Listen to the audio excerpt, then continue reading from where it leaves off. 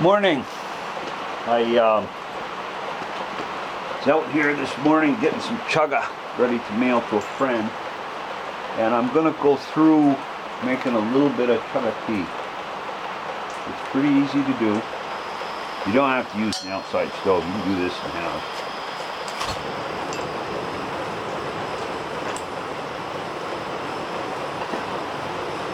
Just gonna be a small batch.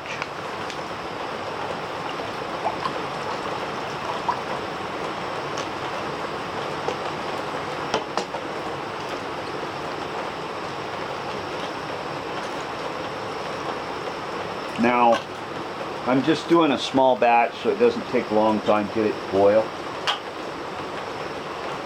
Piece about so size, about so big. You just drop it in there. Now this is floating because it's dried. If it's just been harvested and it's still wet, it'll sink to the bottom. And that one will be. And we're going to put the cover on. While it's boiling, I'll talk a little bit about different ways. Some people do this in a crock pot, and they think it's better for the medicinal values. I don't know. I'm not going to get into the medicinal values. We're just going to make some chaga. This is ground. I've tried it both ways. I think putting the chunk in the pot and allowing it to have a good boil is just as good as grinding it. It's hard to strain. You get the little bits. It's not going to hurt you.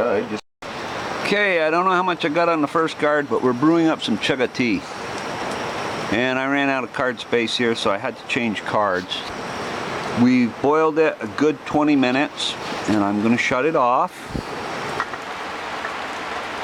Let it settle down from a boil. There's our piece of chaga inside.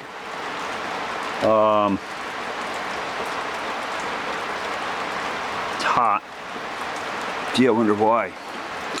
I'm going to pour the chaga tea into the glass jar. I was going to use that cup, but you won't be able to see it.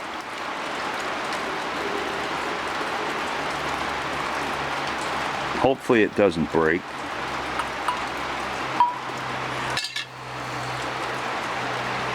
There it is.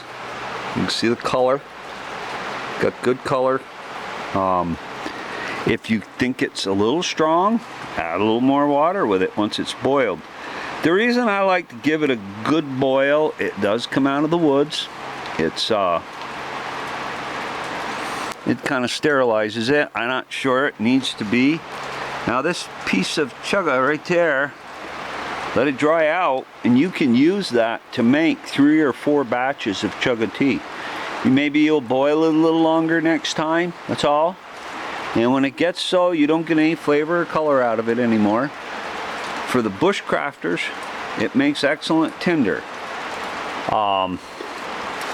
It will not light with a ferro rod. Not very good. Got some fat wood or some cedar or some birch bark, yeah, it'll go from there. But on its own, it's not going to light with a ferro rod. Anyway, that's how I make chaga tea. You know, like I said, there's many different ways to go about it. Some people add sweetener, some people don't. I just drink it straight. I like the flavor. It has a tea-like flavor with a slight maple-ish aftertaste. Okay, I hope you enjoyed this. I hope I got everything on first video before I ran out of card space. I talked about the grinding it versus using chunks. I like the chunks. It just works better. Grinding it, you try and strain it afterwards, you end up with a lot of sedimentation in your tea. It's not a big deal, but it's there. Anyway, thanks for watching. Hope you find this beneficial. One other thing I want to add is with anything like this, go easy the first time. You know, drink a small cup, and wait a while and see how it affects you. I know of no one that's had any bad effects from this. Never heard of it, but you know, as with anything else, don't because you think, well, it's great medicine, I need to drink a lot. I believe once it's ground, it can be put into a capsule and taken that way. I don't really know. I want you to research that on your own. Well, anyway, I did want to add that in, you know, to go easy. It is a natural thing, and we're all different.